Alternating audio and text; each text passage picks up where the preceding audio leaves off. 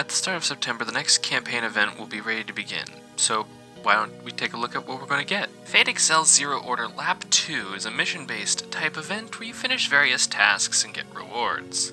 If you finish all the tasks and do all the little missions that they tell you to do, you can get your hands on Irisvel for free! Free servant. Yay! A healer. Perfect. Also, did I say that right? Irisvel. Irisvel? Irisvel. Irisvel. The dead Grail woman, you know, this thing. But you might be asking, what else other than Irisvel can you get your hands on? Well, let's look at the missions and the shops and the other stuff that comes along with this event and see what we can get. Since it's a mission list type of event, we're going to have some various tasks that are totally not going to be tedious in the slightest. That can grant us ability to go through various missions of the event, which means we're going to have to do them regardless if we want Irisvel. And they can also give us some pretty fun rewards, like summoning tickets, Saint Quartz, resources for skills, outfits, ascensions, etc. Fruits, craft essence cards for experience points for those crafted essences, status foods, mana prisms, and of course the event grail when you finish an event normally. Looking at you, upcoming Christmas event. But that's the mission list. You do the things, you get the stuff. It's easy, just really, really tedious. But less tedious, let's look at the event shop, which has its designated craft essence for the event, his rightful place, which gives 3 to 4 sea stars every turn, and 30 to 50% noble phantasm gauge at the start of the battle.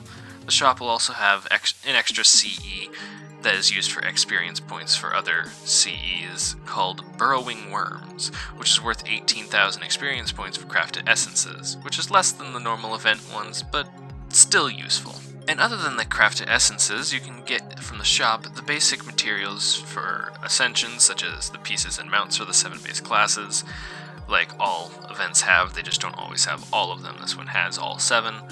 And other event shops items that event shops have, mana prisms, foos, experience fires for your servants, and also some exclusive items that can be used to unlock free quests to farm more drops faster to get more stuff for the shop. Oh gee, yay, my favorite thing ever. Farming for things to unlock more things to farm for the exact same things I was farming for before. How fun! My favorite. Now that I've talked about what you can get in the shop, I should probably talk about what you need to get to buy from the shop.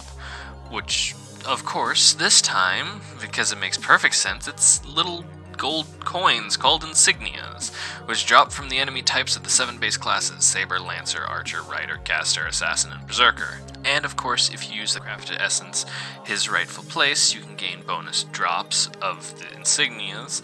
You can also gain bonuses by using the special servant classes. For example, the Shielder Mash gives you a bonus to all the base ones. If you use a Ruler, Moon Cancer, or Foreigner, you gain extra Archer, Saber, Lancer, and Berserker insignias.